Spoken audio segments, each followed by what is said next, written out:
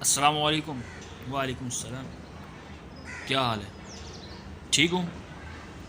आपके जैनी होने का क्या फ़ायदा? क्या चाहते हो?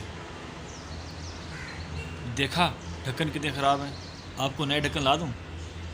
यही तो मैं चाहता हूँ। कुन भी इज़्निल्लाह। वाह, ये भी नहीं होगी। ज़बरदस्त। सब नया हो गया। अल्हम्दुलिल्लाह।